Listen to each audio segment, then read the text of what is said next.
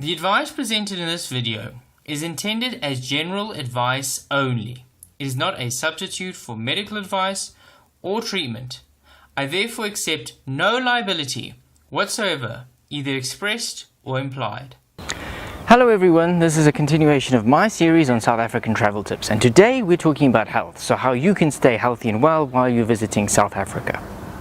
So let's first talk about malaria. Now, South Africa is very fortunate in that most of the country is malaria free. The only places that really have malaria carrying mosquitoes is the more northern parts of South Africa that border on Zimbabwe and Mozambique. And if you happen to be visiting those places and the Kruger National Park would fall in that area, you're going to need to consider taking malaria preventing medication. This you can get from your doctor. You'll normally need to start it a couple of weeks, if not up to a month, I think, before you visit that area. So you should consider doing that. Speak to your doctor about that and see what they would recommend. I obviously can't make a recommendation in that regard, so it's really up to you.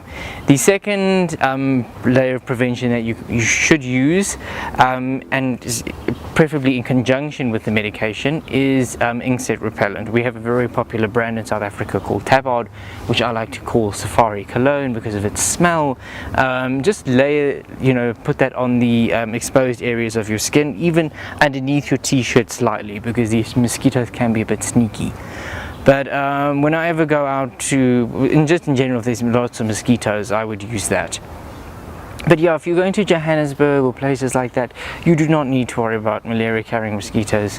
I live here, there's no problem with that. We do have mosquitoes, but not malaria carrying ones. Now we're going to talk about water, and the question that people often ask me is the water safe to drink in South Africa? In the major metropolitan cities, the answer is absolutely yes, particularly Johannesburg and Pretoria, because they get their water supplied by Rand Water and they purify water to internationally acceptable standards, so it's perfectly safe to drink. And that goes for Cape Town and Durban and other places as well. They clean the water exceptionally well. The only places where I'd suggest you don't drink the water would be the smaller cities. That's more of a bias on my part, and that is because a lot of these smaller towns and cities are mismanaged, and so I don't trust the standard of their water treatment. That's just, again, a personal thing. It's nothing, it's not a reflection necessarily objectively on the ground of the water being bad. It's just a personal preference on my part. But I've been drinking the water in Johannesburg for all my life, and I'm still here to tell the tale, so it's pretty fine. Now, if you need to see a doctor or get medication or have any other medical things that you need attended to in South Africa, where should you go? Well, I'd firstly say stay away from the state-run or government-run hospitals. These are usually poorly resourced and overburdened, so you can be waiting in some cases the entire day to see a doctor. So avoid that at all costs. For me, I'd rather go to a private medical professional or go to a private hospital. And while we're on this subject, this is a very good time to say, get travel insurance.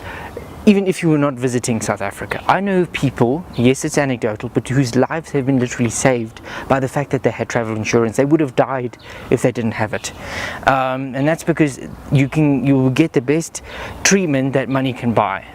So yeah, please just get travel insurance. In some cases, your credit card company, or if you have a health insurance provider in your country and you're a member of theirs, they will provide you with cover, so check that out. But yeah, please get travel insurance. It's not a joke. So yeah, if you need to go to a private hospital in South Africa, the main ones are Netcare, Life and Mediclinic. I think those are the only ones, but anyway, you can go there. They have emergency rooms. We call them casualty in South Africa. But yeah, unless it's a real emergency, don't go there, because they are going to charge you a shitload. So yeah, if you need to see a doctor, there's normally like Medicross, which is these chains all over South Africa that have, a group of doctors, and you can go visit them. They're normally open on weekends, and you can go there without an appointment usually. Or you can see any private doctor in South Africa. And the way it works is we have health insurance, which we call medical aid. And so if I go to a doctor, I will pay him for the consultation, and then I submit it to my medical aid for them to refund me. That's how it works. So you just can go in there and pay cash. There's no need for you to have any other thing, and that's as simple as that. Now, if you need medication, where should you go? Well, the main pharmacy chains in South Africa are dis-chem and Clicks, and a lot of the supermarkets also have pharmacies and dispensaries in them where you can get your prescriptions filled out. You can go there. And yeah, a lot of they also have some of them have nurses inside, so if you need vaccinations or rapid HIV testing, that sort of stuff, or glucose to check your blood sugar levels, they can do that, and it's usually a lot cheaper. If it's something small like that, rather go to them, because it's a lot cheaper than to go to a doctor. But yeah, that's all I can think of for this video. So I hope you've enjoyed it and found it informative. I hope I haven't left anything out. But yeah, thank you for watching, and I will see you next time. So bye bye.